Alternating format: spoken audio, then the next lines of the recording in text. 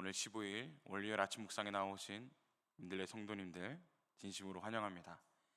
아침과 저녁으로 날씨가 선선해지고 있고 가을이 오는 기미가 조금씩 보이는 것 같습니다.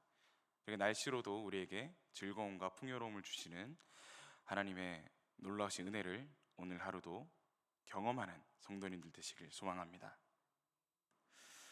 오늘부터 우리는 하나님의 말씀 역대하를 함께 묵상하게 됩니다. 시작에 앞서서 역대하가 어떤 말씀인지, 누구를 향한 말씀인지, 그리고 누가 지었는지, 그리고 우리는 어디에 시선을 두고 이 말씀을 묵상해야 하는지 먼저 정리를 해보려고 합니다. 먼저 역대기는 히브리어로 디브레 하야밈, 즉 시대의 사건들이라는 제목을 지닌 역사서입니다. 저자는 전통적으로 에스라라고 여겨지며 포로에서 돌아온 유다 공동체들과 그 후손들을 독자로 삼고 있습니다. 그리고 에스라, 느헤미야, 에스더, 다니엘서와 같이 포로기 이후에 쓰인 성경 문학에 해당합니다. 이 역대기에는 특징과 목적이 몇 가지 있는데요. 첫 번째로는 열왕기와의 유사성과 또 차이점입니다. 성경방을 들으신 분들은 아마 비슷한 내용을 들으셨을 수도 있겠습니다. 역대기는 열왕기와 마찬가지로 이스라엘의 역사, 왕들에 대한 이야기를 중점으로 그려나갑니다. 다만 차이점이라면 열왕기와 달리 역대기는 남유다의 왕들에게만, 특히 다윗과 솔로몬에 집중하여서 이야기를 그려내고 있습니다. 그래서 이 책은 포로로 돌아온 백성들을 대상으로 회복의 메시지를 전하고 있습니다. 두 번째로 백성들의 정체성 회복을 위한 성경입니다. 재밌는 것은 한국 성경은 역대기가 열왕기 바로 다음에 위치하고 있는 반면에 히브리어 성경을 보면 구약의 제일 마지막에 위치를 하고 있습니다. 우리의 말라기가 위치하고 있는 거랑은 또 다르죠. 이는 이스라엘의 지난 역사를 되돌아보라는 의미입니다. 지난 역사에서 이어지는 하나님의 일하심을 보면서 포로였던 백성들의 정체성이 여전히 하나님의 백성임을 일깨우고 회복하기 위한, 다시 한 번 더 변질된 그 정체성을 회복시키기 위한 목적임을 우리가 알 수가 있습니다. 마지막으로 역대기에는 성전에 대한 말씀이 집중이 되고 있습니다. 역대하 말씀에서는 성전에 대한 말씀을 자주 찾아볼 수가 있는데요. 성전을 정비하고 예배를 회복함으로써, 즉 이 종교를 개혁함으로써 유다의 무너진 신앙 공동체를 다시 세우기 위함입니다. 이외에도 다양한 신학적 주제와 특징들이 많이 있지만 우리가 역대하 말씀을 묵상할 때 이 정도를 염두하고 함께 묵상했으면 더 좋겠습니다. 그럼 오늘 주신 말씀을 함께 보겠습니다. 역대하 1장은 하나님께 합당한 왕인 다윗이 죽고 솔로몬이 왕의 자리를 이어받은 채 시작합니다. 아직까지 성전은 지어지지 않은 상태입니다. 솔로몬이 왕으로 올라간 뒤에 이스라엘은 왕위가 더욱 견고하여지고 그 나라가 날로 창대해져 갔습니다. 이는 역사적으로 보면은 열왕기상에서 볼 수 있듯이 왕위를 노린 아도니아와 그 세력들을 빠르게 정리했던 영향이 컸습니다. 왕위가 더 견고해졌겠죠. 반역을 빠르게 정리했으니. 하지만 우리가 오늘 말씀에서 볼 수 있듯이 이 모든 상승세와 이 모든 나라의 풍요로움은 여호와께서 솔로몬과 함께 하셨기 때문입니다. 사무엘하 7장 13절을 우리가 함께 읽었으면 좋겠습니다. 위에 있으니 함께 읽겠습니다. 시작. 그는 내 이름을 위하여 집을 건축할 것이요 나는 그의 나라 왕위를 영원히 견고하게 하리라. 아멘. 사무엘하 말씀인데요. 하나님께서는 다윗에게 약속하신 대로 솔로몬의 길에 함께 하셨습니다.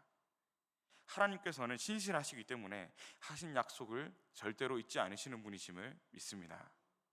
아멘. 그리고 솔로몬 또한 겸손히 예배함으로 하나님께 감사와 영광을 돌렸습니다. 2절 말씀부터인데요.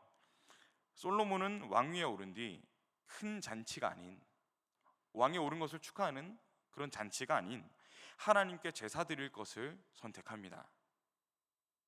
이스라엘의 천부장들과 백부장들, 재판관들과 방백들, 족장들을 모두 불러 모읍니다. 그리고 제사를 지내기 위해서 함께 성막이 있는 기브온 산당으로 향합니다. 이 기브온 산당은 모세가 만들었던 것인데 당시에는 아직 성전이 건축되었지 않기 때문에 이 산당에서 예배를 드리러 간 것입니다. 우리가 6절 말씀에서 볼 수 있듯이 6절 말씀 한번 띄워주십시오. 솔로몬은 그곳 산당의 노제단에서 1,000마리의 희생제물로 번제를 드렸습니다. 어마어마한 양이죠. 왕이 된 솔로몬은 이 예배를 드림으로 하나님의 통치를 인정하고 선언하고 있습니다. 또 함께 예배하는 회중들은 그냥 예배자가 아닙니다. 아도니아의 반역에 가담하지 않고 하나님께서 세우신 왕, 하나님께서 합당히 세우신 왕 솔로몬을 따랐던 이들입니다. 이들이 함께 예배한다는 것은 온 이스라엘이 오직 한 분, 여호와를 섬기며 순종한다는 의미를 가집니다. 그러면 이 말씀을 읽는 한참 뒤에 포로되었던 이스라엘 백성들에게 이 말씀은 어떻게 다가왔을까요? 먼저 말로 전해진, 조상들로부터 말로 이렇게 내려온 화려했던 과거, 이스라엘의 전성기였던 솔로몬의 시대가 다른 무엇도 아닌 오직 하나님의 통치 아래에서 이루어졌음을 알게 되었을 것입니다. 그리고 온 이스라엘이 하나님을 예배하는 것을 보면서 무너진 신앙 공동체가 회복하기 시작했을 것입니다. 이 말씀을 묵상하는 우리 또한 이렇게 예배를 드리고 있는지 한 번 더 생각해 보기를 원합니다. 우리 교회가 하나님의 통치를 인정하는 이들이 모여서 하나님께 예배하고 하나님만 높이는 교회 되기를 소망합니다. 아멘. 이번에는 5절을 한번 봐주십시오. 5절에서 조금 더 집중해서 보고 싶은 부분이 있습니다. 솔로몬이 회중과 더불어 나아가서, 이 나아가서를 자세히 봅시다. 나아가다라는 말은 그저 우리의 말로 생각하면 앞으로 나아가다, 예배를 드리러 나아가다라는 의미로 해석이 되겠지만 히브리어로 다라시, 즉 묻다, 구하다의 의미가 있습니다. 그러니까 솔로몬이 드린 예배는, 이 수많은 제물로 잡아서 드린 예배는 하나님께 왕으로 세워주심에, 그리고 왕위를 견고하게 하심에 감사하다는 의미도 있지만 이 예배는 하나님의 뜻을 묻고 구하기 위한 예배인 것입니다. 역대상 28장 9절 말씀입니다. 이 말씀은 솔로몬을 향한 다윗의 말입니다. 제가 잠깐 보자면, 여기서 내가 만일 그를 찾으면 만날 것이요 에서 찾으면이 같은 원어인 다라시입니다. 솔로몬은 하나님께 합한 왕이었던 다윗의 말을 기억하여서 하나님의 뜻을 찾았습니다. 내가 얼마나 번제를 드렸는지에 집중하지 않고 그저 왕으로 추대해 주심에 감사로 끝나는 것이 아니라 겸손하게 하나님의 뜻과 하나님의 말씀을 구하고 찾았습니다. 솔로몬과 같이 우리가 예배를 드릴 때에도 하나님께 감사하며 영광을 올려드려야겠지만 동시에 하나님의 뜻, 그 말씀을 간절히 구해야 할 줄 믿습니다. 이 예배 이후에 하나님께서는 꿈을 통해 직접 응답하십니다.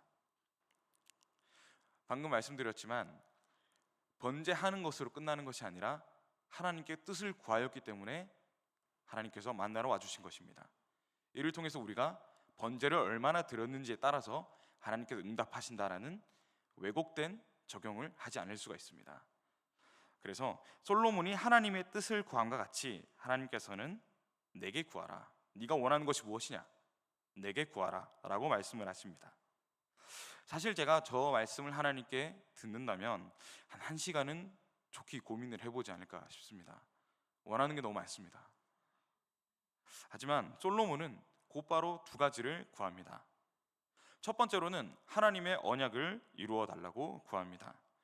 저희 9절 말씀인데요, 9절 말씀을 함께 찾아서 읽겠습니다. 시작. 여호와 하나님이여, 원하건대 주는 내 아버지 다윗에게 허락하신 것을 이제 굳게 하옵소서.